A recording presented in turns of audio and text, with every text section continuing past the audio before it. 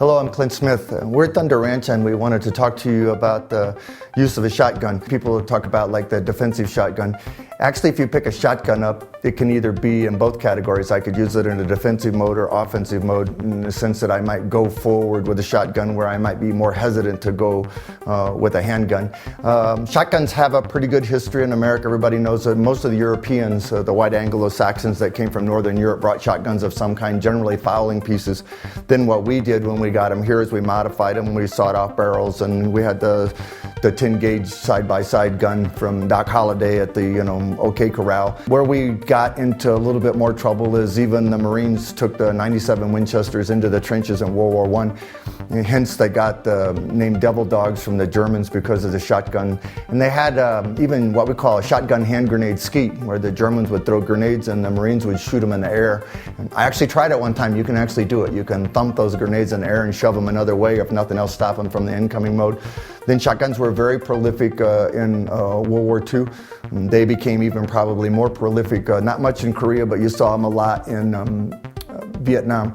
And you see some now, and I've seen a couple cases of shotguns in their current activities, but most of the time they're looking to shoot through stuff today. That said, about a military, it's always been a law enforcement weapon. The street cleaner, alley sweeper, whatever the name was that we gave to them, they generally started as side-by-side guns. In the late 1800s, they made a lever action version, but most of the guns were side-by-side. That seems to be quite an intimidator to have two 12-gauge or two 10-gauge tubes looking at you down the hallway. Most people not really into continuing on in that.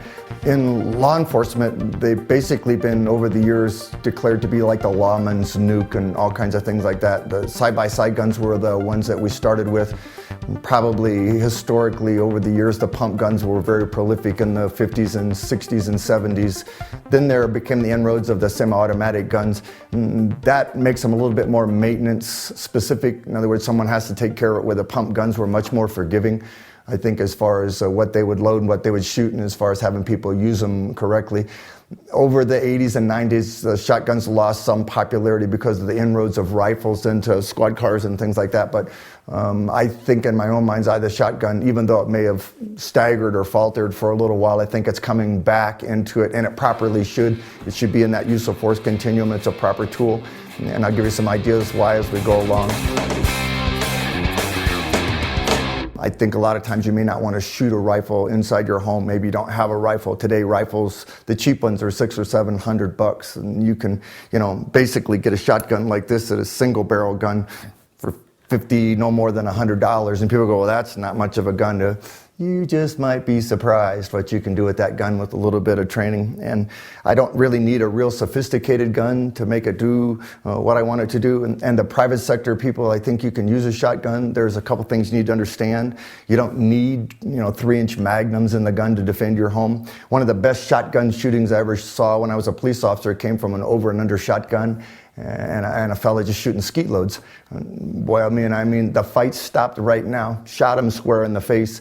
The guy didn't die, but then again, right then, the fight stopped. I mean, instantly throw up the big stop sign, red lights are on. That's it, it's done, it's over. There was no more to the fight after that. So they're very viable tools, and you don't need to think about, well, I have to shoot a slug, and I have to have the one that's the most expensive, or the one that's painted, got the most black paint on it. There are a lot of pretty good guns that you can do a real good job of home defense with, and I'll give you some ideas of things that would be really important and helpful to you as far as using the guns to defend yourself. Before we get into user-specific equipment, I think you should understand what I would call the ideology or the thoughts behind shotguns. It can be very complex. You read articles and it does this and it does that. And the most consistent thing about shotguns is they're inconsistent. You can do things like changing the chokes or whatever, but I think the priority is to understand what the positive aspects of the gun are, and then if it does have some negative ones, what they might be. I think a lot of times the first point that I would bring up is that a shotgun is mentally intimidating. I've heard the one, my first FTO when I was a cop and started, in the early years, he said if you cycle the gun, it would psychologically intimidate your opponent down the hallway. Could be, then again, he may shoot back at the noise, since we know making noise is a target indicator. At the same time, a lot of times, you'll hear people go, oh, they got shotguns. And then right away there's that thing that goes with it. The other thing is that another point that I think makes a shotgun very effective is it uses multiple projectiles. And listen carefully, it allows some latitude or margin for error. In other words, at 10 yards, which is 30 foot down the hallway, the nominal pattern is going to be about 10 inches. If I'm firing a single projectile from a handgun, I have to place it pretty well to get it to work. If I imagine taking a 10-inch paper plate, and that pattern being about that big, if half of that pattern struck the target, I'd still have a pretty good boo-boo bunny on them, but I wouldn't necessarily have had to hit them center, punch them right on. The other one is not always so pleasant, or another issue is not so pleasant, but it definitely is a redeeming value of the gun. Of all the guns that I know as far as handheld, pistol, rifle, shotgun, the one redeeming value of a shotgun inside buildings and structures across the room is a shotgun will physically remove bone and meat. Rifle, poke a hole through them, blow a big something out. Pistol, poke a hole, maybe not even come out. Shotgun, you shoot them. Trust me, they're going to have a mark, and it's going to be a big one. Guy goes, well, you mean with like 3-inch magnums? No, I mean with a 7.5 skeet load. You shoot them about 7 feet away, 7 yards away, they're going to have a pretty good skid mark on them, and they're going to know they've been hit. It won't be one of these, well, I think I've been hit. They'll know. One of the redeeming values of a shotgun, single barrel, double barrel, pump gun, the redeeming value of the gun is what we call the spectrum of use, that broad spectrum of ammunition. We can take it bird hunting, we can put a double-aught buck in it or a reduced buckshot load and use it for home defense if that was needed. We could actually put a rifled slug in it, being aware that I might need rifled sights to make it shoot a little bit more accurately. I have things like, I have a field full of predators or prey out there, that are like eating my crops. I can shoot a cracker shell, launch it out there, it goes boom, and that can all be from the same gun. So there's a broad spectrum of uses for the gun, and I think that may be one of its most redeeming values. There could be some negative aspects to a shotgun, but rather than just saying flat out negative, it's not any good, it's not going to work, it might be a case of understanding what it has limitations. Is sort of like a chainsaw. I can build custom cabinets with a chainsaw, but sometimes they don't come out right. So if I take the shotgun and use the proper ammunition and understanding it has limitations, it'll work pretty good. So the first negative point I would say is that it may be more psychologically effective to your opponent than it is physically effective. And if you remember earlier, I said they might be intimidated. That's a positive thing. Then again, they may not be intimidated, or they may be intimidated and the gun may not be able to back it up. If I step out at my house at 40 yards with a pump gun, most people are going to go, oh, shotgun. But at 40 yards shooting, number 4 buckshot or double-aught buck, I may not get as many hits on the target as I would think. So that would be something they would think about. Remember also, it's not like the John Wayne movie, like the movie El Dorado, where the guy steps in the street, torches off a gun about that big, and there's like a pellet hits every square foot of the wall, down there at about 40 yards, the whole wall lights up. Good Hollywood, not in reality, it's not going to happen. So you kind of get that myth and legend. It's going to do, maybe not. Next thing is recoil and noise. I think this was a significant contributor to killing a shotgun in the police community, or at least taken away from it. Between you and I, all those things should have changed now. If we took every shotgun in America and sawed 1 inch off the stock in squad cars, that would be the first thing that would be helpful. The second thing is with the advent of things like the really high quality federal copper plated, and now they have what's called a reduced load law enforcement. I don't have that stunning 3-inch knock your eyeballs out magnum thing going. And if you give this to somebody that's 5'2" and weighs 110 pounds, some little girl, and she lights up this thing where the stock is too long, she's shooting a 3-inch magnum, and she I'm done. And I don't blame her. They're not really that much fun. I actually have seen grown men get tears in their eyes when they had to go to qualifications and shoot the old ammunition in the old days. All that should be gone now. We should start using the space between our ears. Think about it logically. We're going to get a medium load. I would much rather I hit the guy square in the crotch with a medium load than whether I leaned on the trigger, yanked on it, and shot him in the foot with a 3-inch mag. So you can use some common sense, and that's going to help you a lot. Another issue that's always brought up about shotguns is that their size. Well, it's too big. The overall length of a shotgun, when you hold it to your shoulder, in most of these guns, and if you took a handgun and held it, any kind of viable shooting technique, isosceles or Weaver, there's very little overall difference length, maybe 6 to 8 inches at the most, and probably more towards 6. So all I need for you to do when we show you some stuff in tactics, which won't really be a tactical video, but we'll show you some idiosyncrasies of the shotgun, is that you make sure that you can figure out how to manipulate that 6 inches or something so that I can work it around doors and stuff. They're a little bit bigger, no question. But trust me, if I'm pie in a corner and somebody reaches in and grabs the end of the tube, and I set this gun off, I'll bet you $5 something changes downrange. But the great thing is, like in the short barrel guns and side-by-side guns, or like if you bought an 870, and I'm a strong proponent of 870s, you can change the barrels. I literally can put a 30-inch barrel to go goose hunting, come home, take it off, put the 18-inch barrel beaded sight gun on, and use the same gun at night to defend myself that I was out, shooting at the feathered things with during the daytime. The other thing I think is an idiosyncrasy that we mentioned briefly, which was the idea that the patterns will vary. And it has to do with choking, it has to do with the load, it has to do with the range. But what I always tell people is if you shoot the shotgun and what you don't want, we'll say that this is the representative pattern, then I have a simple cure. If it's not doing, would be the same thing I would do with a pistol or rifle. If what I just fired didn't solve my problem, I simply shoot another round and overlay the patterns. Now I get an opportunity to have a pattern that may strike here and a pattern that may strike there. And it's real simple. If I shot them twice, it didn't change nothing, then you already know what the math on that's going to be. I'm going to shoot them again. It's nothing personal. So the other thing, and this is a real important, put an asterisk by it. One of the things about shotguns is they have a limited ammunition capacity. So if you're going to acquire a skill with a shotgun, rather than being the best clay bird shooter in town, I think what you actually need to do is practice loading the gun. Because in these guns, you'll fight with what's in the tubes, or you'll fight with what's on the gun. I doubt that you'll be running around with a really cool tactical vest on. Again, that's kind of why this is geared towards just regular folks like you and I. Cops can use it, they might learn something. Military people could use it, they might learn something. But a lot of you kind of got a gun like this at home, and rather than having some black demon of darkness, master of doom kind of thing, it's got like a regular side-by-side gun, and we can use it, and I don't really get to worry about it much, but you gotta practice loading the gun. Somebody goes shotgun, I go loading. And they go revolver, loading, limited ammunition compared to all the polymer high capacity things that people are doing stuff with today. The other thing I need for you to consider when we talk about ammunition, this thing won't solve every problem. If you have a bad man 75 yards away with a Kalashnikov and you have a 7.5 skeet load in the gun, it's probably not going to be an equal exchange. But then that gets back into the chainsaw custom cabinet thing. Maybe if I knew that was the problem, maybe right here in this particular one, and because I did so, I could take a rifled slug out, put it in the right barrel.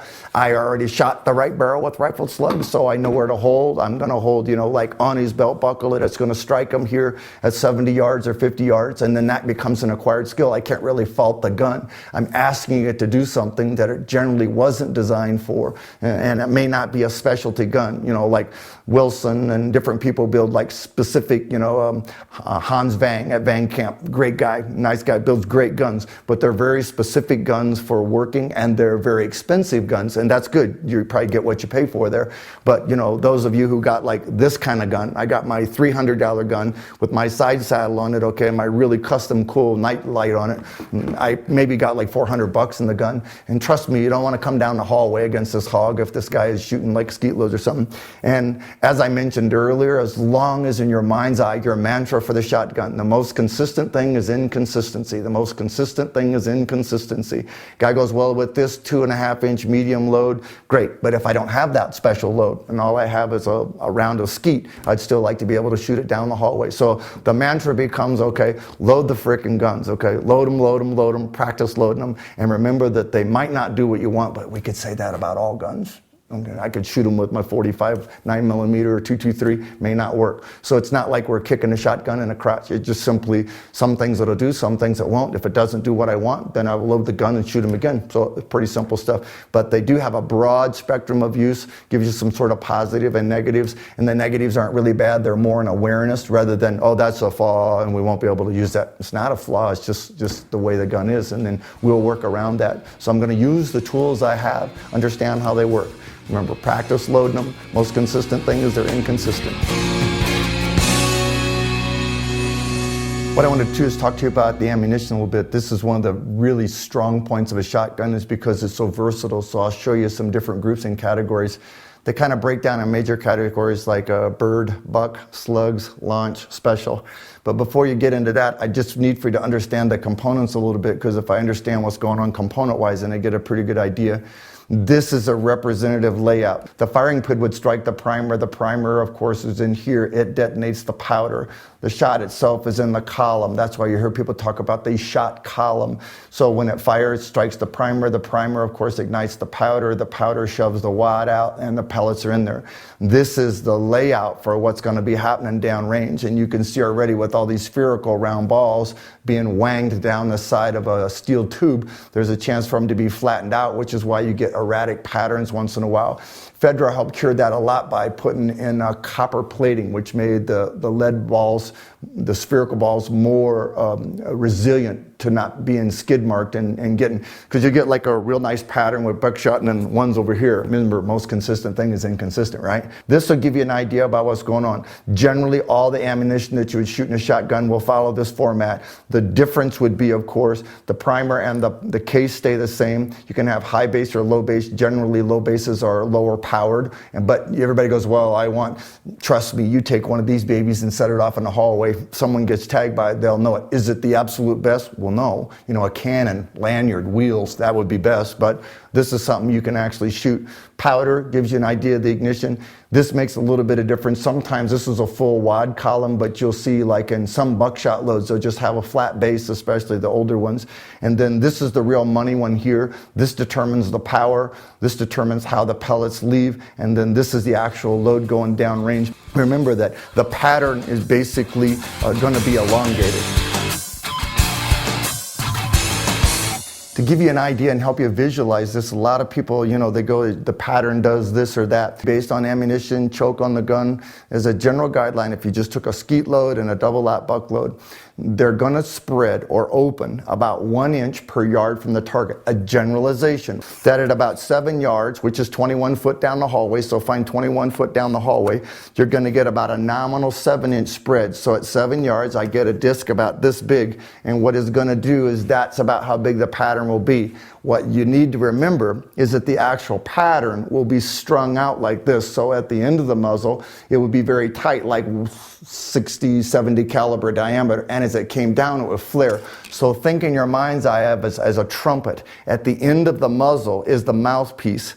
As it goes downrange, it'll open up like the body of a trumpet, and then it gets to a certain point. So at about 10 yards away, you're going to get about a 10-inch spread. So at 10 yards, this would be the pattern. And as a generalization, again, not a rule. It's not a rule. It's a generalization. With bird shot, like 7.5, which is the very small pellets, it might be just a little bit larger. With buckshot, okay, it might be just a little bit smaller. But as a generalization, if I picked up any shotgun, these are things that I would look at. Then you need to remember, it doesn't actually fly downrange like this. It basically, one of these pellets is going to hit the target first, and one of these pellets will hit the target last. It'll be almost instantaneous, but the point of it is that column is strung out. Hence the reason if you shoot through something, different pellets along the peripheral could hit or strike something, and then they could be diverted. So I had a wonderful pattern of 8 pellets in a 9-pellet load, and one of them zonked them here. So you just have to kind of think one more time. These are generalizations, because I know I have people who shriek, the experts, oh no, my gun. Yes, if you have jug choking, yes, if you have a turkey choke, but for those regular folks just like me and you, this is a real good generalization. Across the width of your bedroom and starting into the hall, which is going to be a nominal 20-some feet, that pattern out of the gun is going to be about that big. It can also tell you another thing. You have to aim the gun, because if you're aiming here and when you press the trigger, they do that, you can miss. So you have to aim a lot more than people think you would. But that would give you some ideas of how this thing is working downrange. And I'll show you some of that stuff later on the range when we shoot. One of my favorite rounds for shotguns, because we're going to talk about ammunition briefly, is real simple. This is one of my favorite ones. This is called a dummy. The reason I like dummies is because I get to practice a lot like loading. And you remember, I think I brought that up earlier. One of the things you want to practice with these guns is loading them. And so the dummies come in pretty handy. Just make sure that you don't mix your dummies with your live ammunition, and then in the middle of the night, the dummy loads the dummy, the gun goes click when it's supposed to go boom, but you can get an idea. So good practice rounds and a wise investment, $20, $25 for a box of dummies, and then you can practice all your loading. Next major category of ammunition that you're concerned with, and I have absolutely no problem using this stuff for home defense. This is a good example. It's cut open. This is a high base, so they generally have a little bit more powder, and the idea is it supports the case when it's fired, so it's not under as much duress as far as the round. But anything like a high base 6, for shooting rabbits or something or whatever, or just shooting clay birds or what, those are going to be great loads for home defense. Will they shoot through armor? Most shotguns won't, but you get the point. On relatively soft skin threats, this thing is going to do pretty good if you had it, and that would give you an idea. So remember in birdshot too, if you get a shooter's Bible and you look in there, between the manufacturers and the variable types, there's a rock solid 50 different kinds. So you can actually mess around a little bit and find out which one might pattern best with you, or in all candor, you might find the one which was kind of the best deal. I'd be real careful about buying some of the imported ammo to defend my life with if you want to do something else, whether that's your deal. But even though I'm using the ammo in a defensive mode or not, I'd still put pretty good ammo through my guns. This would be the next category, which is buckshot. And it kind of goes in different variations, and it's simple. Right in that shooter's Bible, you open it up to the shotgun page, and it'll tell you, it'll talk about double aught buck, triple aught buck. It'll talk about number 4 buck. And remember, there's a difference between number 4 shot, because that's working on the other end of the spectrum, and number 4 buck, which is going to be about 25, 6, 7 caliber. There's usually about 20 some pellets in there, so it's geared towards a defensive load, and we got no problem with that. But you need to understand some of them have the same name, 4 shot, 4 buck. There's a difference between those two, and that's the biggest variable. Generally, buckshot is considered to be the defensive load that people are looking at. Like one you pops to your head right now would be double aught buck. This is to give you an idea about the idiosyncrasies of it. These are buckshot rounds, but they're rubber balls. That way I can shoot somebody, but I don't hurt them. Okay, listen carefully. That's a misnomer. If you shoot somebody at about 4 or 5 feet with one of these suckers in the chest through their t-shirt, I'll bet you $5 it pokes a hole in them. And so the drill with it is they were considered to be sort of like anti-riot kind of things. Shoot them at the ground, the pellets bounce off, they're made of rubber. And the problem with it is anytime I shoot a gun at somebody, I would anticipate that something's going to go wrong. 1, it won't work, or 2, it will work. It would be my luck I would shoot a non-lethal rubber ball, it would bounce, poke them in the eye, and kill them dead as a bucket of hammer. So I got it. Just remember, when we're like pressing the trigger on people, some stuff can happen, good and bad, that we may not want. But these were basically loads that were designed for that kind of format, where they had the little rubber bally things going for them. Another variable for this would be sort of what we're called a tactical load. Everybody's tactical today. So this one has a little black hull, and it's got little black lead balls in it, and they kind of toned it all down. The idea was as if I was walking through the jungle or something like that, that someone would catch the glint of brass or the green of the plastic, which is generally on there. Cool, could be, I don't know. This one is a variable here too. This is a brass shell. A lot of the brass shells, originally we made them in paper and stuff, and then we found out, like when we took them into the trenches in World War I in France, that the paper shells would swell and they wouldn't feed. So then someone came up with the brilliant idea to make them out of brass. And so this is just an example of a brass encapsulated loaded double aught buck. And they're kind of nifty if you find them. You see them once in a while in gun shows and stuff like that. But I don't know that, I think they're $5, $6, $7 around now because they're more of a collector's round, but that would give you an idea.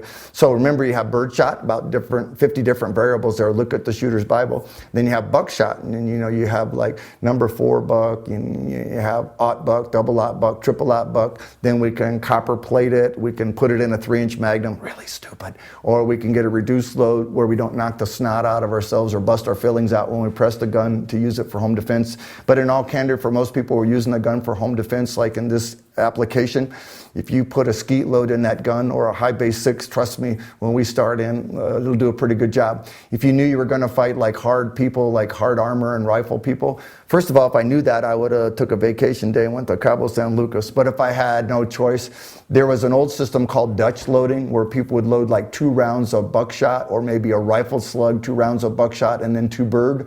And since I loaded them in that sequence, when I fire them, it'll come out birdshot, birdshot, If they got behind cover, the fight wasn't over, then it went buckshot, buckshot. And if they were really behind cover, then the slug came out. But I'd be guarded about whistling slugs through your house, especially if you got kids or grandkids or you live in an apartment complex. Or one of my favorites, I'm using rifled slugs inside the mobile home park. Might be a bit much gun, so a little bit of logic and common sense would kick in there. Now we'll get into the big boys, or what I kind of call the hammer. When it comes to slugs, there's all kinds of magic.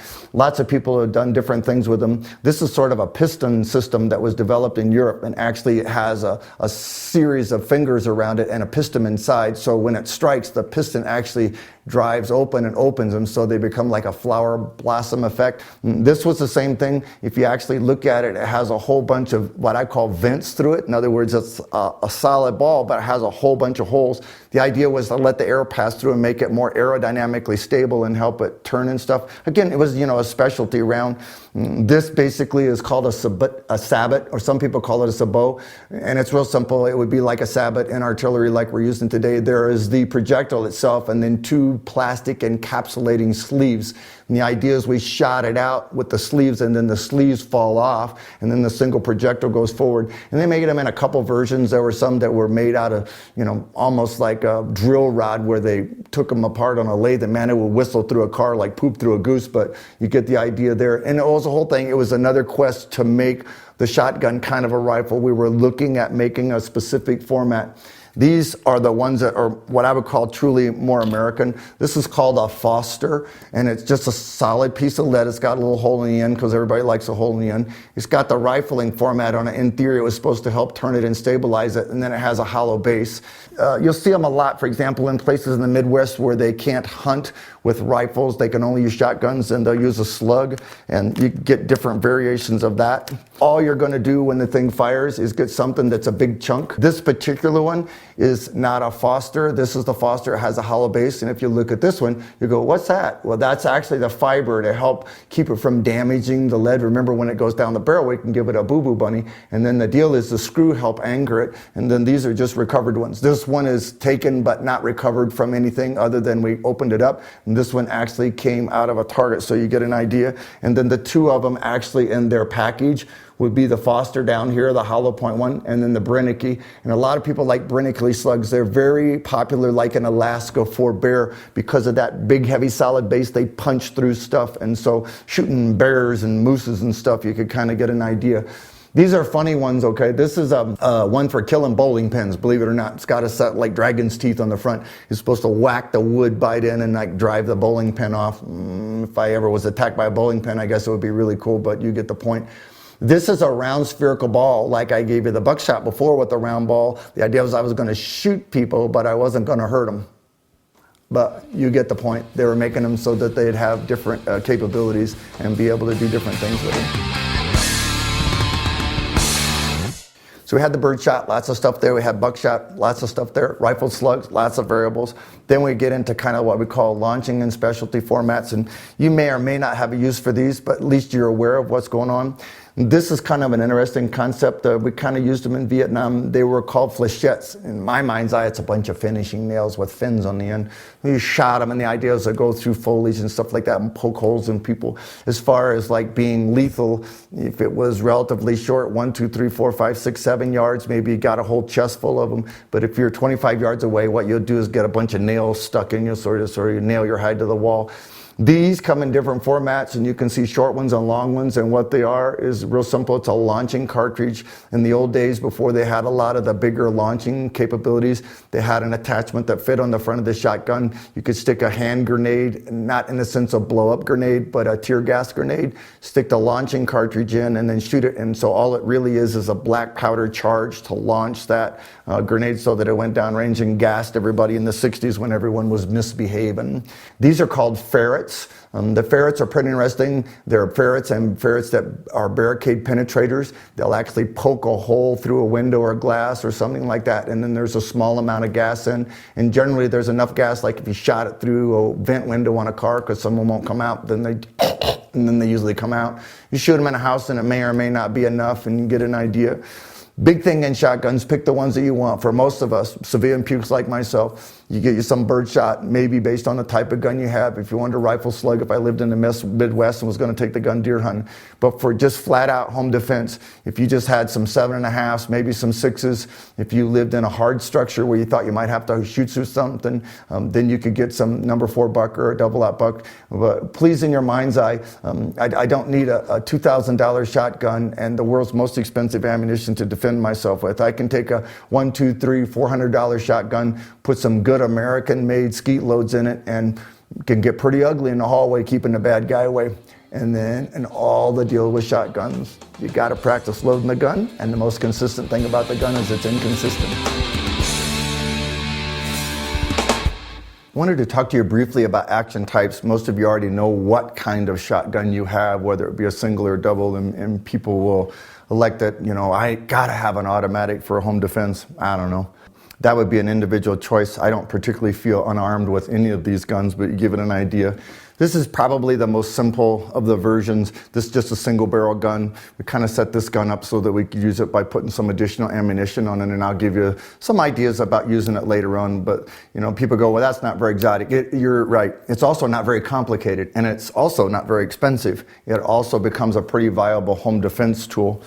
The other one that comes back, and to be honest with you, over the last few years, it's even a little bit more popular. The very exotic guns, like the Merkels and stuff, have always had a popularity, but they're also $5,000 or $6,000 guns. This one is a Stoger or the IGA version, and it's real simple. That gun is probably in the $300 range.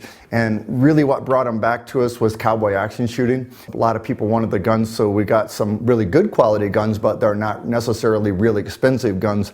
And you can shoot them and do a lot of good stuff with them. The same thing, I put some ammunition on here, and then, as would be typical to me to aggravate a lot of people, this is my very exotic tactical combat light. And I'll show you how that baby works later on. Same thing, you're probably looking no more than $500, and the flashlight's a significant contributor to the price of it. But if you leave the light off of it, you're probably looking at a gun that's around $400 for home defense, so that works pretty good.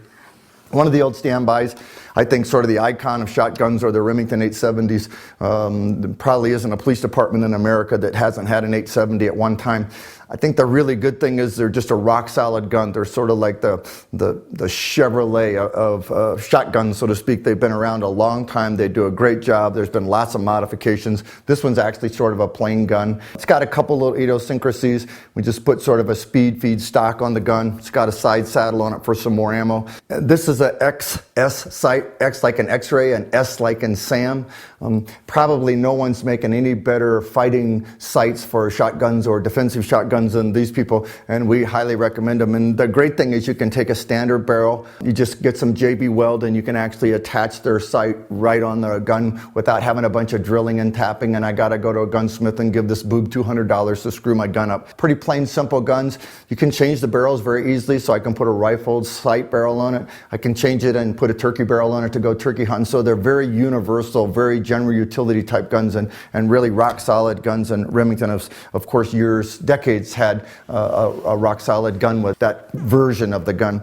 This is a Benelli M1. I think there are newer models, or what was kind of called a Super 90. This is actually an M1 Super 90 version. The first guns that came into America would have been about 1986. I remember when they brought them in and started using them as far as being distributed through HK. Good guns. A lot of people go, they shoot fast. I don't know if you like shooting fast. I guess it shoots fast. I'm not really interested.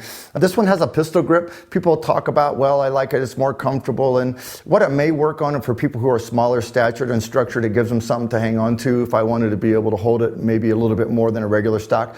I don't favor this over a standard stock, but I also am not opposed to it.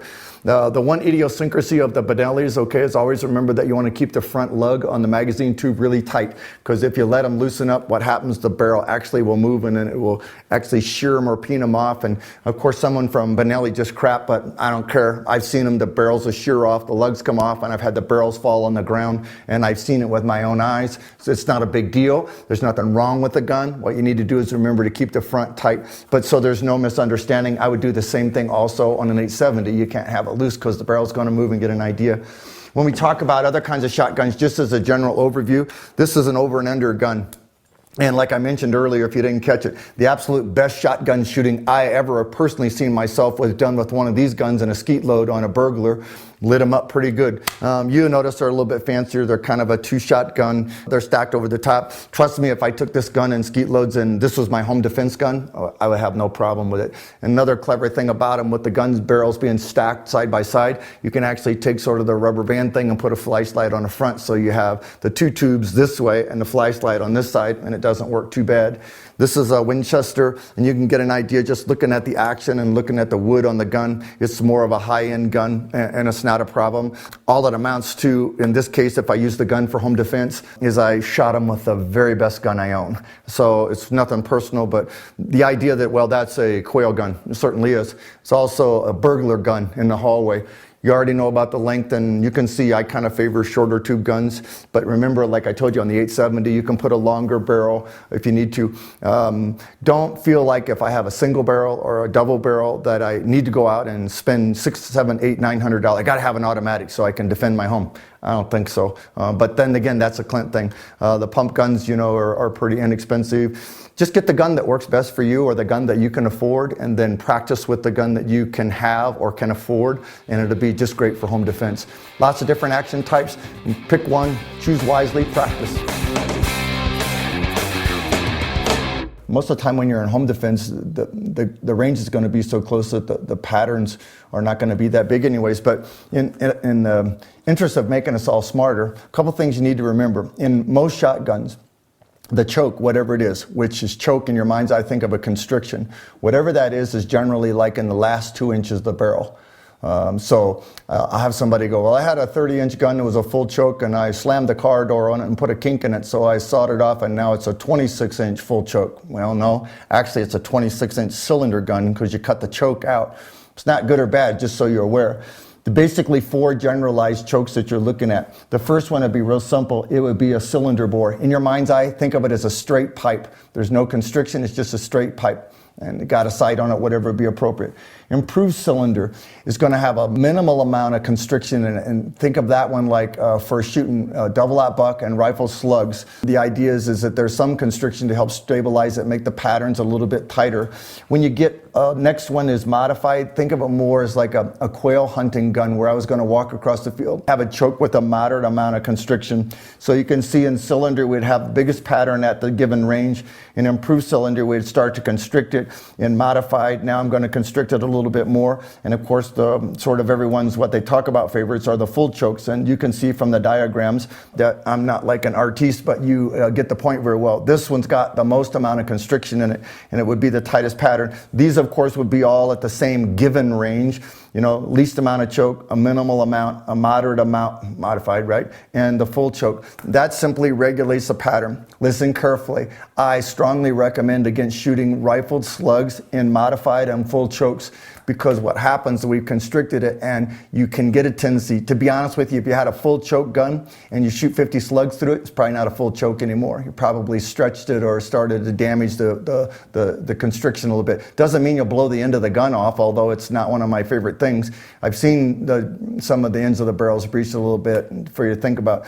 Also, today in a lot of shotguns, you get screw-in chokes where I can actually just have one barrel, we'll say like a cylinder barrel, and then we can screw in the different chokes. It looks like a short piece of pipe, and it's just threaded, so I can have a cylinder gun and screw in a cylinder, improved cylinder, screw in a modified, screw in a full, screw in a turkey choke, which is even tighter. Down the length of the hallway, none of this is really going to matter, except the patterns, they'll be a little bit tighter or they won't be. And the other thing when it comes to screw-in chokes, trust me on this one, if you have them and you put them in the gun, you want to check them pretty regularly, because I've seen people in classes shoot them, they'll start to work loose, and then you'll hear this kaboom, then you hear a kaboom, woo, and there goes the choke screaming down the range. So you need to keep them tight. Myself personally, on a gun that I would fight with, I wouldn't really be interested in screw-in chokes. I've got all the guns that I showed you, only one of them has a screw-in choke, and that's the way that it came. And I just check them and make sure they're tight. But these would be your options. Doesn't really matter. Remember, all the choking is in the last 2 inches. So if you decide to make the gun shorter and saw it off, first thing is, before you saw the thing off, make sure that it's the appropriate legal length. Don't saw the shotgun off at 16 inches because it looks cool, because you're about 2 inches short and you're about a foot closer to going to prison and being Bubba's girlfriend in a big house. So check that before you get out the power saw if you think there's some reason to cut them. Most of the time there isn't anymore. If you like got 870, just go and tell the guy, hey, I want an 18-inch beaded sight barrel, and then just put the thing on a gun and you're good to go. But these will give you an idea to make it so that you're smart about what's going on with the gun. One other thing before we go to the range and shoot, what I want you to do is take a look at this and get an idea of what's going on with the gun. These are generalizations, but boy, they're really close to doing the same thing. I'm pretty consistent. Remember, I already gave you the variable. If you were shooting shot, like bird shot, the pattern will be a little bit bigger. If you're shooting buck shot, bigger pellets, it'll be a little bit smaller. But remember, the deal with it is I told you earlier where they talked about the myths and legends, I'll shoot and it'll cover every square foot, and it doesn't always do that. And I strongly suggest that you take a steel tape measure, run it in the length of your house where you might actually shoot the gun, shortest range to longest range, replicate these ranges at the range, and then shoot the shot load that you've selected to see how they print. So to give you a general guideline, right off the end of the muzzle to about 10 yards, that's basically 30 feet. That's a long ways down the hallway. That pattern is not going to be much bigger than 10 inches. So you're going to have to aim the gun. Hence the reason I put rifle. The idea is the pattern is still pretty small, and it's especially small if you're trying to track somebody that's moving across the living room or coming down the hallway. The hallway would be better, of course, because it's a narrower field of movement for them to use, but it's still enough of tight pattern that you really need to aim the gun, and you need to get it out of your head. Well, I can point the gun down the hallway and that'll take care of it. You can point the gun down the hallway and turn it on, but you're probably going to kill a bunch of sheetrock too, which is not all that bad. So it looks like it's snowing in the hallway when I got hit, but you get the idea. From 10 yards to 30 yards, I think that would be the optimum range for the guns, because the patterns are going to be about 10 inches. Think of a 10-inch paper plate to about 30 inches wide, where I can actually center it up on somebody, press the trigger, and most of the pellets are going to do what we want to do. So regardless of the barrel length or the load, that 10 to 30 is going to be 10 yards to 30 yards. 30 yards is a long way now. That's about 90 feet. So most people's house isn't 90 feet long if you think about it. So it's that optimum range where the patterns are going to work. And you already know what I told you. If you shoot it and it doesn't do what you want, cycle the gun or let it cycle itself and then shoot them again, so you overlay the patterns. So that's also another really good or interesting point. From 30 to 50 yards, we start to get what we call holes. There's a lot of arguments about it, but I personally believe when we're in that shot column and the rounds are fired, some pellet is leaving first and some pellet is leaving last. And so there'll be a slight variable in velocity, and a lot of times it'll think in your mind's eye of a flower opening. I see lots of times where if you had aimed dead center right here at 30 yards, 35, 40 yards, you'll get a ringing, or what sometimes we call a donut, where I'll get 2 or 3 pellets around in the peripheral, but the actual point that I'm aiming at won't necessarily take a pellet. Doesn't mean it's not effective, doesn't mean you can't defend yourself, but you're starting to press it. We're on the verge of making custom cabinets with a chainsaw again. From 50 to 100 yards, we get back into almost a rifle, because the patterns will be so big that now they're erratic. It doesn't mean that I shot one at 60 yards and a pellet smacked the guy in the eye, and so somebody goes, well, he's 70 yards away, I'll shoot at him and scare him. Well, yeah, but if it's double-aught buck and he takes a pellet in the forehead or the eyeball, then you might be buying that one, so to speak. But I'd go back into the rifle mode, and in my mind's eye, once I'd leave 50 yards and go to 100, I might, based on who I was, what was going on. Remember, 100 yards football field now, okay? If I was going in there, I might consider going back to a rifled slug, that solid ball, maybe with a set of rifled sights on the gun based on who, what, and what's going on. So it gives you some idea. But these are just the generalized ranges, and what you need to do is take them out and shoot them. The guy goes, well, I saw a video just like this one, right? I saw a video and it did this or that. I'm providing you information. What I'm hoping for you is that the information will make you smart enough to think on your own and take your gun, your selection of ammunition, the measurements from your house, and that you'll go out and shoot this and find out what it will or won't do in generalized terms. So that's where we're going with it. At the range, we just want to take the opportunity to show you a couple of visual demonstrations so you can see. But before you start, if you're going to go out and shoot a lot of shotgun, a lot of people call these babies sissy pads. Not a problem. But if you're going to take and you want your best partner, probably the person to be with you, you know, your wife or friend, however that equation works out, I'd get them a sissy pad so that when they shoot this thing, they can acquire some skill without getting beat up. What guys always forget about it, generally ladies will wear a brassiere and that's all right, okay? They'll have a square buckle that generally sits right in the pocket, and so if you pound that thing in there, she's not going to be very interested in shooting very long. Also, there's no sense in having them shoot a 3-inch Magnum. I just had a gal in class. I fought the whole 3 days she was here fighting with her husband, had her shoot some stupid Desert Eagle in 44 Magnum. Remember, that person that's living with you is your very best partner in a fight, so put a chicken pad on it, works pretty good. Since we're going ahead and working on the range, it's pretty simple. You already know the drill. Rule 1, all guns are always loaded. 2, don't point the muzzle at anything you don't want to destroy. 3, keep your finger off the trigger till your sights are on the target and you're ready to shoot. And 4, be sure of your target on backstrap. The demonstration that we've set up is to show you bird shot at 3, 5, 7, and 10. So 3 yards, 9 feet, 5 yards, 15. This will give you an idea about what the patterns are doing. I'm just going to fire them one at a time. If you just watch them, that'll give you an idea. I put the distances to the right or left, and I gave myself sort of a mark to aim at so you can see what's going on.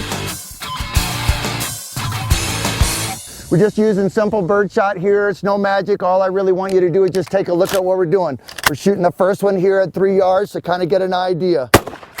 That'll give you an idea. If you look at it, 3 yards, 9 feet, about 3 inches. If we step on back to about 5, so now we're at 5 yards or about 15 foot inside, it's relatively simple. We've got the same format. We look at them, get it locked into place. We'll hold it on mark, okay? You can get an idea. The bigger hole that you see through in the beginning was the shot itself boring through. Now you'll see the pattern open a little bit, but you see the wad column carry through. If we move right on back, and we come back and we go to 7, we're at 7, we simply drop it in here. You take a look at it again. When you have it, okay, there's the pattern just a little bit bigger. This would be the last one. This is about 10 yards, 30 foot. It's a long ways inside your house. Just hold on our mark, okay? Real simple, and fire the gun. If you start looking at them, the patterns start to open up. Remember what I told you. Bird shot will be a little bit bigger. Buckshot will be a little smaller. And I'll give you a demonstration of buckshot here in just a second.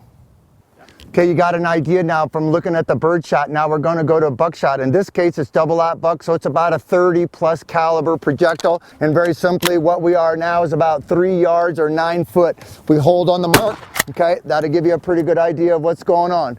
If we go ahead and back up, you're looking at the same thing again.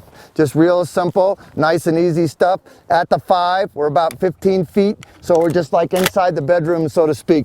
You hold on the mark, okay, that'll give you an idea. If we drop back to 7 yards, which is about 21 feet, so we're kind of across the length of your bedroom, so to speak, you have some idea of what's going on. Again, with double-aught buck, okay, we got them in there. We hold on our mark. There we get your pattern. If we start moving right on back, and we'll go back to 10 yards. At 10 yards, now we're 30 foot. That's a long ways down the hallway. If you hold on your mark, okay, and get your shot, and you can go from there. And we'll take a look at these and see what you think about it. So this will give you an idea about the patterns now when we talked about the bird shot. Remember I told you the patterns would be a little bit bigger. 3, you can see it's just about 3 inches or so. It puts a pretty good load on them. At 5, we're just right around that 5, 6, 7, 8 inch mark, so we got that pattern. At 7 yards, it starts to lay in here. These bigger holes, so you know, this is the shot column. This is the shot column and the wad. This is the shot column and the wad. Down in here, you'll see a skid mark. That mark is the wad, and you'll see that. To give you a good idea, remember I told you 10 yards, 10 inches, but a little larger. This target's 18 inches wide, and that pattern is basically in here, and that would be with the bird shot loads. If we go to the buckshot loads, remember 9 pellets, about 30 caliber. 3, nice hole. Trust me, 9 foot, you punch them with that, that's a pretty good hole, and it's going to poke all the way through. Here's 5 yards. You'll see it's actually a little under 5 inches, just what we said. It would print a little bit smaller. You have the 9 pellets. The big hole again is the wad, what's shoving it out. At 7 yards, you've got your pellets in here, and you can see it's just about 7. This target's 18, so half of it would be 9. They print right in there in that format. And then at 10 yards, we got a little bit bigger. straighter pattern that kind of goes over the halfway mark, 18 inches wide, 9 inches. It's doing exactly what we said. The patterns may print a little bit differently based on where your sight setting is and so on, if you have a sight, or in beaded sights where the bead's placed on the target. But remember, I told you these are generalizations. This is generalization. But there's none of that stuff that I want to get hit by down the hallway. So I may not need a 3-inch Magnum. This one, this one, this one, and this one, that's 30 foot down the hallway in your house. That's quite a bit of lead to put on somebody, and these are pretty much self-explanatory with the big buckshot ones. A little bit smaller patterns, a little bit bigger patterns. Hunting for quail or defending myself. Hunting in the sense of defending myself, a little bit smaller patterns, but pretty effective patterns as we go along. Just a general guideline for you to consider. Measure the distances, shoot the targets, see how the gun patterns for you. You can even shoot different types of ammunition because Federal double-aught buckshot and Remington double-aught buckshot may pattern differently in your gun. They do it all the time. Shoot it, find out what yours will do. The single barrel shotgun. This is H&R. This is what we call a Tim Wickett gun. He came to school one time with one of these guns and everybody laughed at him until we started shooting, then it wasn't so funny. The drill with it is it's less than $100. I put a Milt Sparks butt cuff on it, and I'm gonna kind of like work on these guys down the hallway, so to speak. These, you load them, of course, a safe direction. If you're firing them, all right, you can establish a technique. You can get an idea of how to fire this gun. You can hit it here, okay, and go to the next one and load it. It was in your hand. You can go to that one, you can load it and go to the next one that's in here in this format. You can close it up, all right, and get an idea of what's going on. Now, I fired the first three so you get an idea and you sort of establish a pattern. I would point out to you a subtle tactical nuance.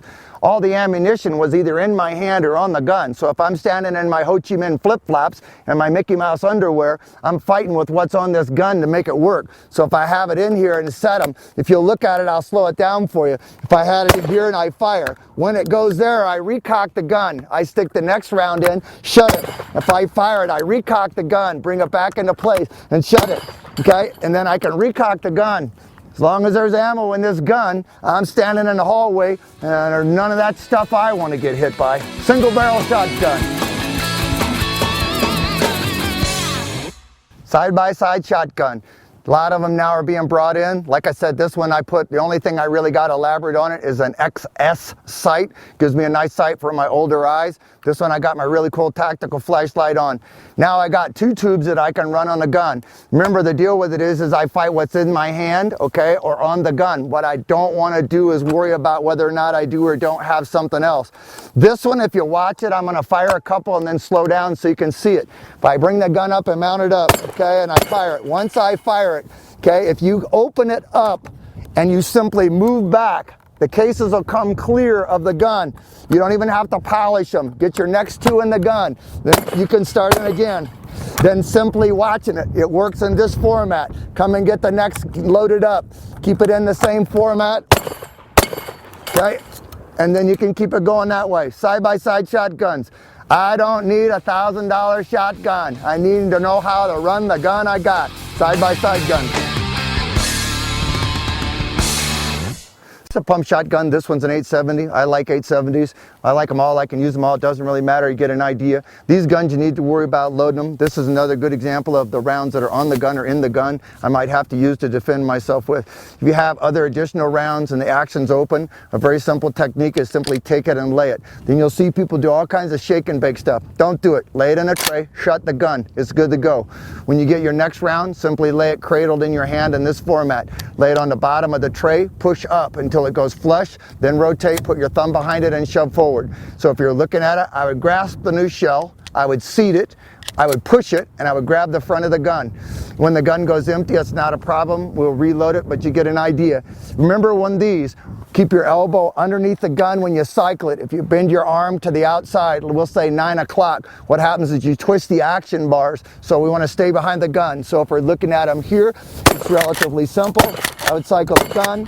If the gun was empty, come here, simply grasp another round. You can come right underneath, drop it in the side, and I actually can single load the gun for a long time in a hallway till I get an opportunity to load the gun and get it back into service. So if I had it here and fired it and now there was a lull, set it in, okay, grab the next one, grasp it, seat it, push it, grab the front. Same thing, grasp, seat, push, and you're back on it in that format.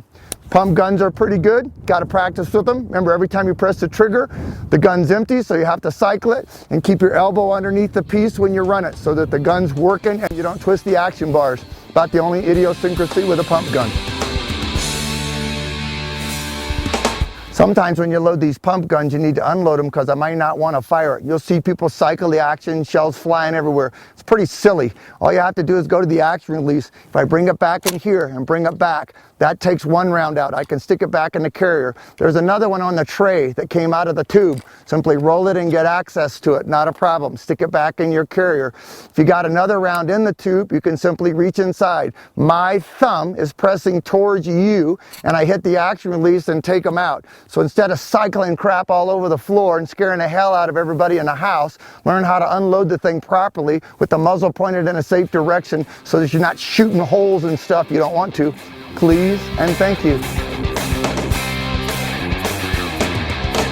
This is about the highest zoot gun I got. This is an M1 Super 90 Benelli. Actually, it belongs to my mother-in-law. Wouldn't it be great if your mother-in-law owned one of these, okay?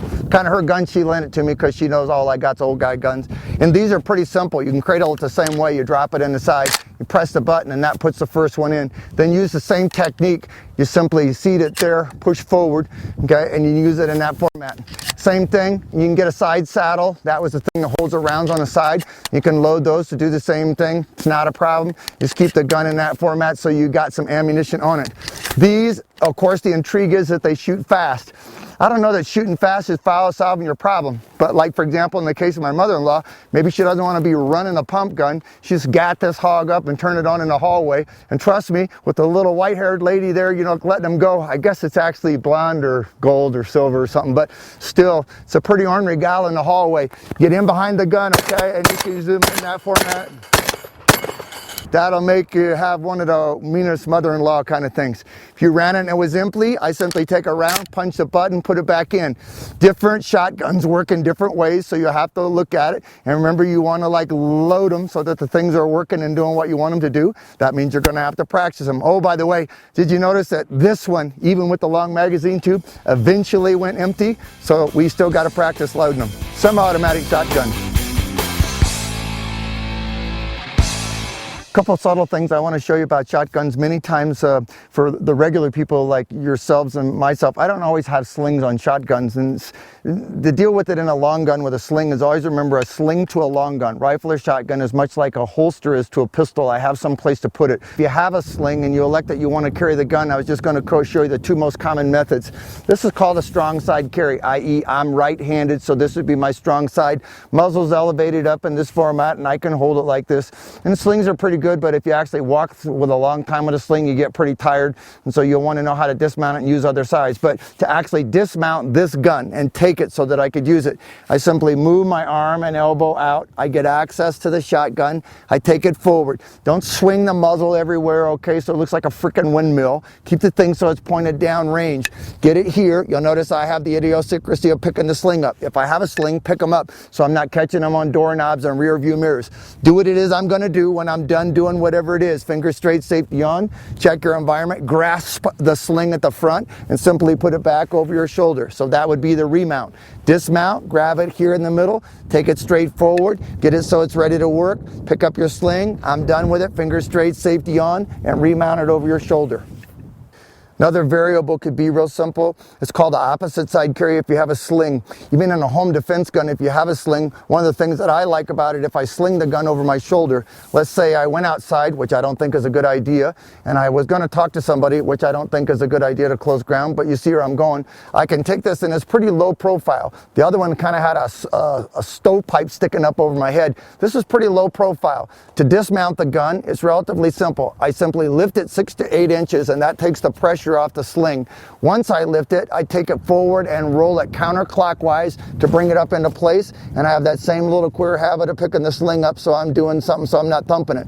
When I'm done doing what I'm doing, I simply make the gun safe, grab it at the back this time, and sling it right back over your shoulder. That would be your remount. Dismount, lift it to take the pressure off, roll in here, pick it up, get done doing what I'm doing, grab it in the back, sling it back over my shoulder, and that will be strong and opposite side carries for those of you who might have slings. A lot of us, like I said, are just regular sort of people. If you don't have a sling on the gun, I wouldn't freak about it. Most of you are going to use it in a home defense mode. The gun that's in your hand is always better than the gun hanging on your shoulder. If I thought I was going to use the thing, put the thing in your hand. Like I had a buddy of mine in the old days who said, when in doubt, get it out. We can always say we're sorry if it don't turn out to be what we want to do. On occasion, you can get a stoppage with a shotgun. Mostly it's operator induced. Especially in pump guns, it's what's called short stroking, where what they'll do is they'll fire the gun, and when they fire it, okay, they'll kind of do it to here, and then they take it forward, but they don't actually pick up the shell. That would be generally short stroking. Biggest way to cure it is keep your left elbow underneath the gun, run the gun hard to the rear, hard to the front. On 870s, if you press the trigger and the gun goes click, no brainer. Straight back hard, straight back forward. That's going to fix most of the problems. Other variables that you can get in an 870 is sometimes what they would do is an old days, especially when people are reloading the guns, Remington's kind of modified them. This is an old gun. What it would do is have one in and one trying to get in as far as in the chamber. So you'd have some configuration like this so that the thing is not doing what you want it to do. If you get these variations or something like this, if you pull it straight back hard, put your fingers and drive it down, then what you can do is roll it to get it out and then shut the gun and go on. Okay, and if it was empty in the gun, what you can do is simply take it forward, run it out like you should have, put the live one back in and close it again. So that's pretty good. All this stuff should be done with the butt on your shoulder, and that's the way you should practice it. If you short stroke the gun sometimes, what you'll also get is a case that's fired that kind of goes in here. We would call it a stovepipe or a smokestack, short stroking them. It doesn't let it run it all the way out. If you get a short stroke one and it's here and it's not doing what you want, simply slide your left hand, peel it off, take it straight back forward, and go to work on the gun. Those would be the variables that you'll see in them, in that application for pump guns. You can get some of the sort of the same thing in semi-automatics, but remember, most of these guns, even if they're gas operated, it would be gas operated recoil assist. Your body weight behind the gun. If I just took it out here and held it like I was like some kind of, Hollywood star, this freaking thing is going to work for about one round, and it's going to take a big dump, so you need to get your shoulder in behind it. If you stack them in the top like that, and even if I had another round and stacked it on top, sort of the same format. If it starts getting one of these, what you can do is pull back to let it go forward in that format and sort it out. Again, butt on your shoulder. You could also see the variation that I gave you earlier on the pump gun. That would be that same sort of stovepipe. Generally, short stroking the gun, even on a gas gun, your failure to get body weight behind the gun is what's going to make these happen. If you get them, simply come in here, grasp it firmly, strip it straight to the rear. Okay, if you have an action release, hit the bar. If you need to, you can run it in that format so you can get it. You notice I'm working under the gun. The butt would be on my shoulder. Keep the gun between you and the bad guy while you fix them. Most of the malfunctions in shotguns come from the operators. No big deal. Butt on shoulder, muzzle down range, roll them if you need to get stuff out or get access to it. Most of it's fingers. Keep cycling the action, elbow under the gun. It's going to solve most of the problems that you're going to run across in these. It's going to give you a demonstration of shooting a shotgun from the ground. It's not necessarily a good idea, but a lot of times if you've ever been in a fight, you find yourself on the ground. A lot of people, oh my God, I can't. Yeah, you can. Not a big deal. It's not. The key is that you probably don't want to do it in your house because it's really hard on stuff, and you may not be able to do it at your range because the range master might get excited. But you can go through the manipulations of what you're looking at. And most of all, if I was running a gun, and I'll do the simple gun first and then a more complex gun in just a moment. All I want to do is use it much like I did a handgun. I would simply move from side to side. The gun's loaded, and I am simply going to shoot it here in a minute so you get an idea. Let's say I was just backing down the hallway and big clumsy Clint, he's just simply flat fell. Even with these guns, if I was here, get what belongs to you out of the front end of this tube on the front. You want to make sure that you're not like covering something here.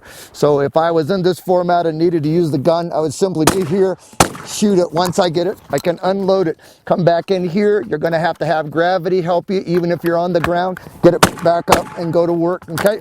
And you can use it in there, and we can just keep right on going as long as I got ammo.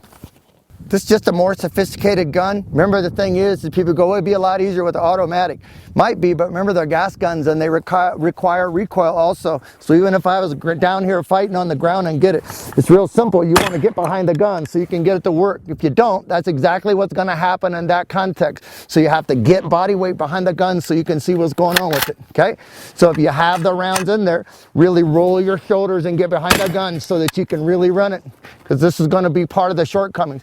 People will make fun of like a side-by-side gun, but when you take these guns out of the plane they're naturally acclimated and working in, they don't always do what you want them. So it's a pretty sophisticated gun, but it also has got to be just exactly right. If I can get it, maybe if I can get myself up, I can start to get even more weight behind the gun. You can get an idea?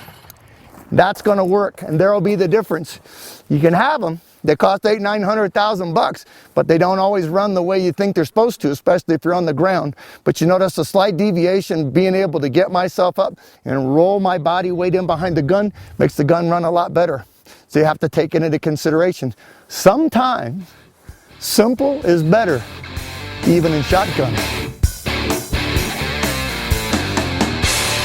Showed you the patterns on the shotguns when we were outside, and again, I'd recommend that you take the steel tape and measure inside your house, then shoot those representative ranges. Part of the problem with it is many times, statistically 60% of the time, be in some sort of low altered or failing light environment where you might need to illuminate it. This comes from a couple of purposes. One, so that I can use the light for physical navigation. In other words, it's a light assistance tool as far as I'm concerned, so I can see where I'm going. Primarily, I would use the lights to turn on room lights, and you know I wouldn't want to put it behind me. But we got 3 different versions to show you, and you should take a look at them and see which one might work for you based on the gun that you have, and then in all candor, again, how much money you want to spend.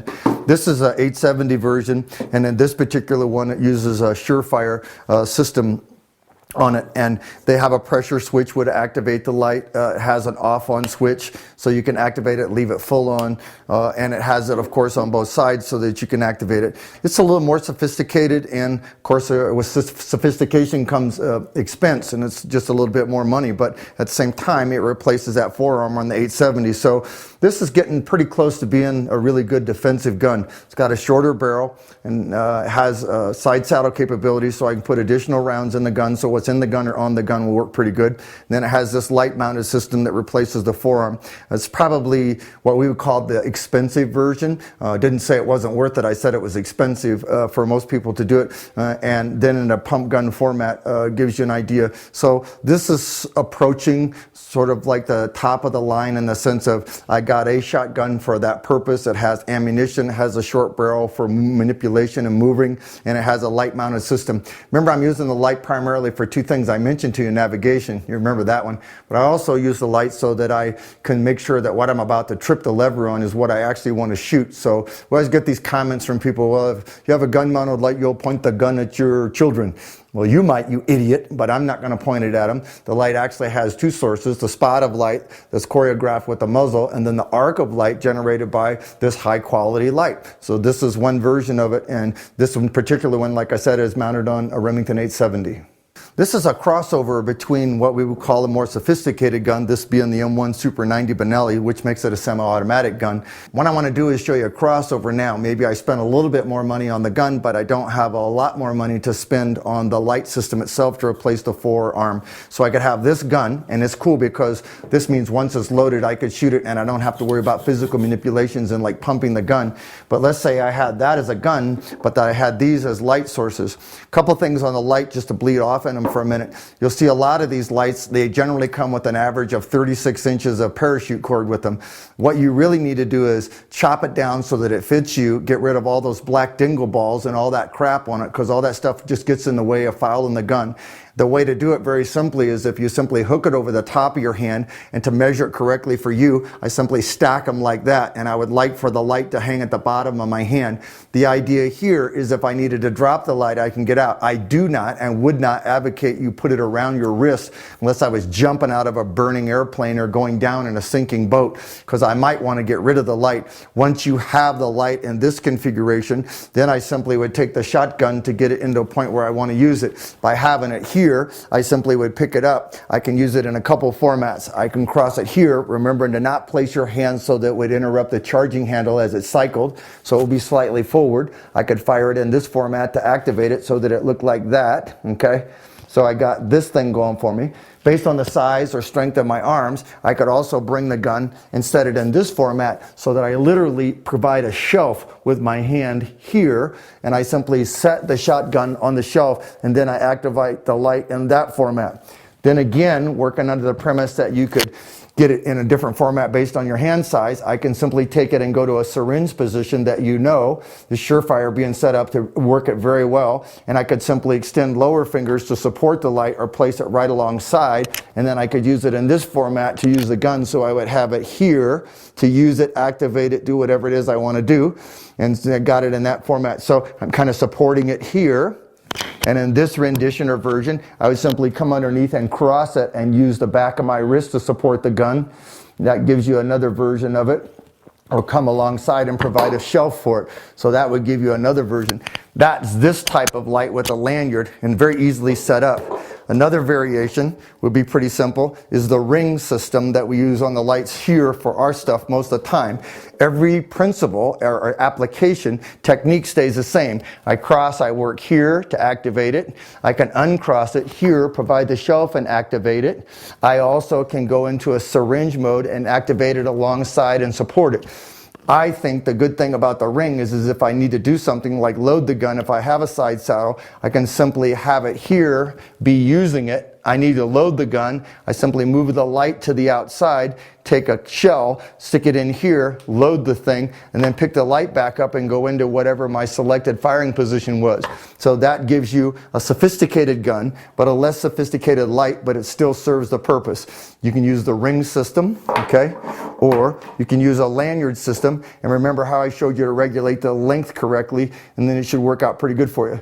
Most importantly on these, ditch all the extra gear that's on this that you don't need. Get rid of the BlackBerry balls on it, okay? Get rid of all the end pieces.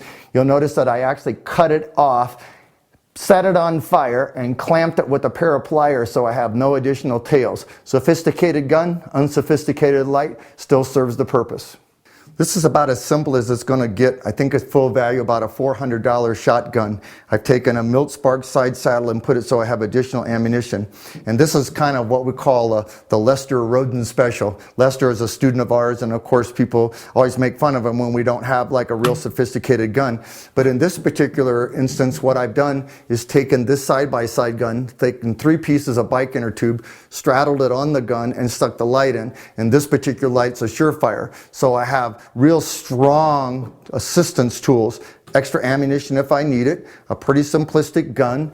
I have the XS sight with a night insert in it, which by the way, you just take it and use that JB weld, stick it right over yours, you're good to go. There's no magic drilling gunsmith $200 bill. Then I have 3 pieces of bicycle inner tube. That was a tough one. And I set it here. The reason I like this particular light is because if I want it on, I can simply activate it and the light is on, and now it does what I want it to do. And if I want it off, I turn it off. And people would look at that and go, well, that's pretty chicken shit or hokey. That would be, of course, your interpretation, but what it amounts to is I'll bet you $5 you won't want to thunder down the hallway when the light is on and the 2 tubes are full of birdshot and I got a bunch of extra ammunition. This is sort of the simple system with just a couple of assistance tools to just help me get something. So probably the most expensive thing would be the gun, shortly followed by the light. Then would be the leather piece and then the XS sight, but I've taken just a simple side-by-side gun by Stoeger and I've made the gun a pretty viable home defense tool. Then again, like always, you're going to have to practice loading and unloading the gun, but you've seen the side-by-side be loaded and unloaded under duress and seeing it working. Again, there's not really any shortcoming. If I can't afford a $900 Benelli, or I can't afford, a $300 light forearm, or, a real sophisticated gun, this is a pretty good balance for just regular people like us. Just want to cover just some basic information on just a little bit of tactics. We talked to you about the overall length of the gun. All of you are smart enough to know that you can't stick the gun into a corner that you haven't cleared. And if you need to go into more detail about tactics, which might be of interest to you, we have a DVD on tactics, and it all basically is the same thing. It just carries from one gun to the other. But to give you an idea, when you have a long gun, I strongly advocate you keep the butt to the shoulder, but this might give you a pretty good example. What I wouldn't want to do is leave my right elbow up, because if I'm working this particular corner, my elbow is breaking the plane first, so I might want to tuck it in. Then the simple addition of simply adding the light on lets me use the light to slice or pie the corners nice and smooth. Remember, at these ranges, when you take this thing inside the house, in Lester's version, okay, you have to remember that the ranges are relatively short and you are going to be shooting a rifle. The reason that I showed you 3 yards, because if I'm right here and the bad guy steps out from that corner, trust me, that's that 3-yard thing, and you're going to have to aim it because the patterns are still going to be pretty small since you've elected to use a shotgun for home defense. But trust me, brothers and sisters, you tag them at 3 foot with this thing, someone's going to have a boo-boo bunny. Back to the more sophisticated system. This is the 870 with the Surefire system on it. Not a problem. They have a couple different versions, whichever one works best for you. You can activate the light by press or switch, so you have it in here. Same thing, watch your elbows if you're working the tactics and slicing it off in the corners here. This also has a full on, which, so you know, I'm not opposed to. I think once we start opening doors and bad guys are in and lights are coming on, might as well leave the light on so you can see what it is you're doing. People go, well, it'll draw a fire.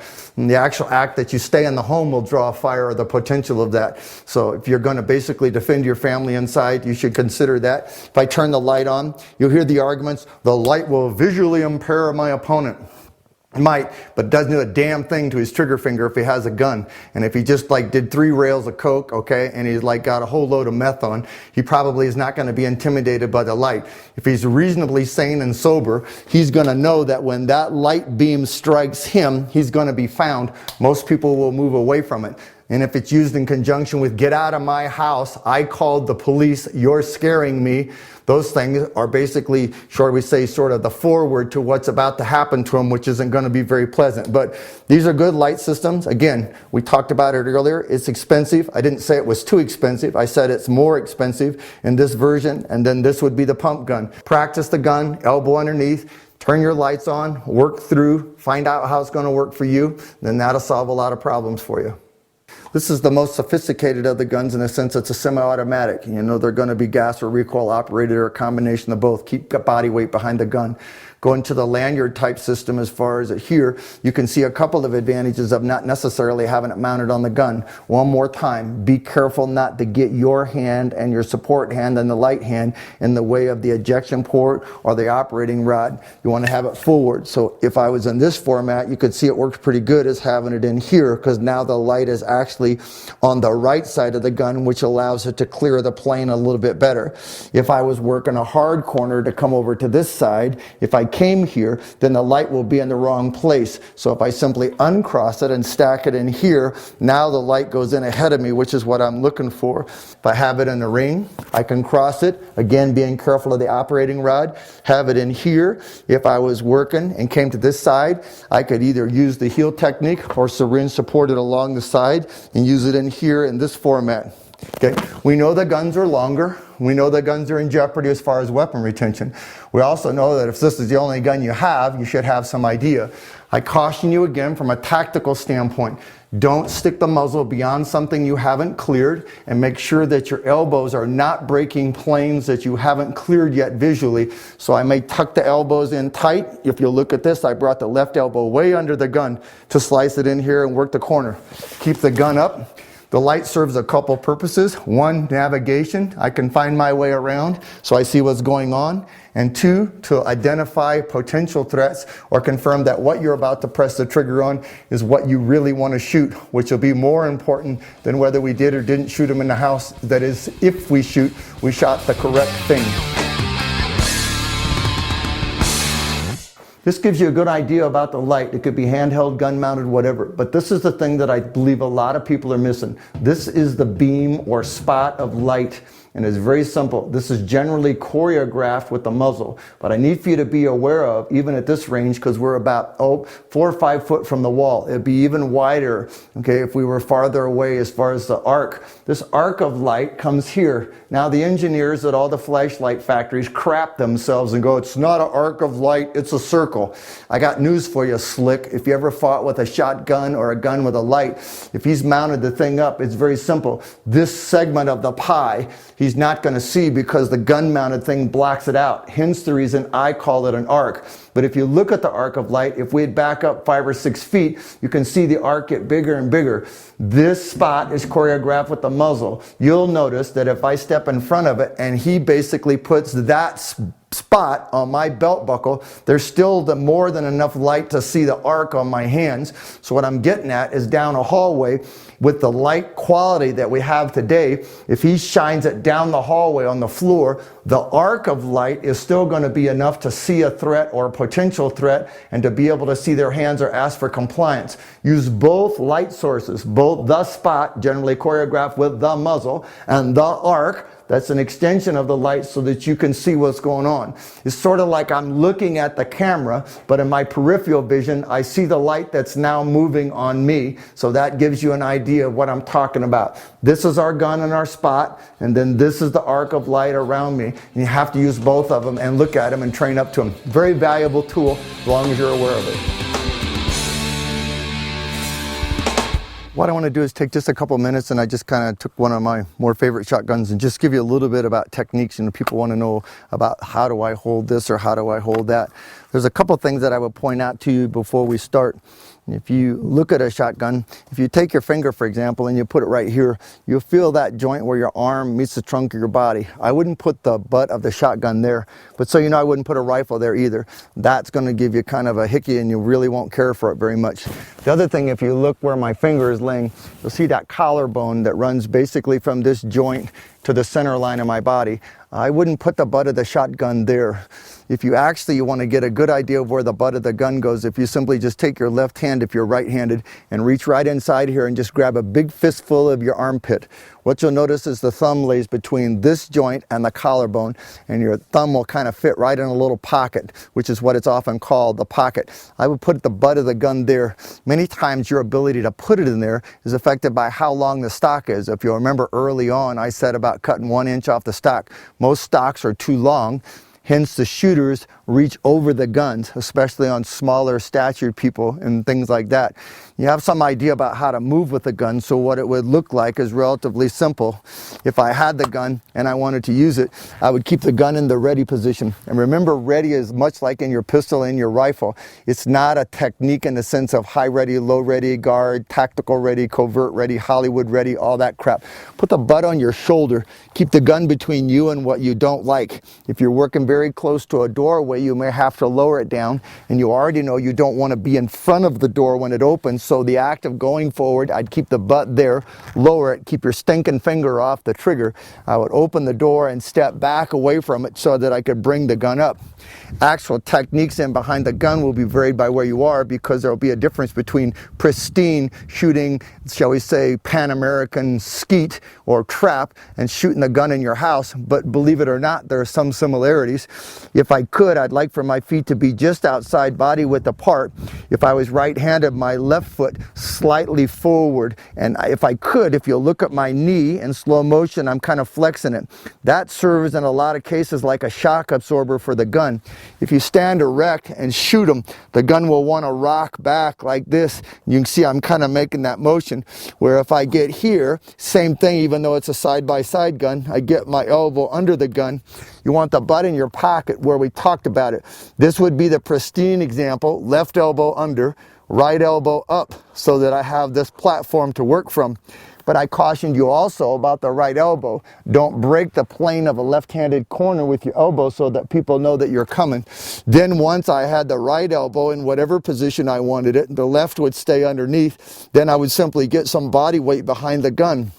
If you're shooting full 3-inch magnums, the more you lean behind the gun, the less chance it gets to run and sort of smack you. If you're shooting skeet loads, you'll still get recoil, but of course it won't be as dynamic or as aggressive on the trunk of your body.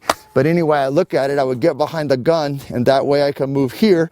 Then all the stuff that you already know or have looked at as far as the movement, if I needed to move left to slice something off, I let the left foot lead because that gives me where I want to go. And then my right foot would reset for platform. If I needed to shoot the gun, get some body weight behind the gun, so step into them.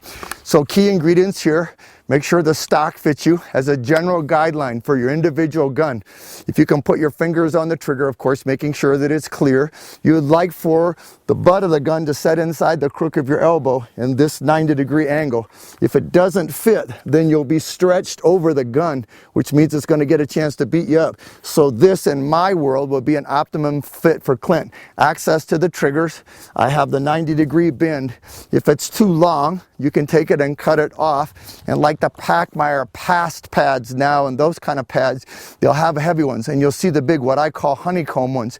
If you have a honeycomb one, make sure that when you store the gun, you don't set it in the gun safe on the honeycomb, because over a period of time, no matter what they tell you, it will collapse and it loses its ability to help you in recoil. So I kind of clear the gun and stack it muzzle down so I protect the pad.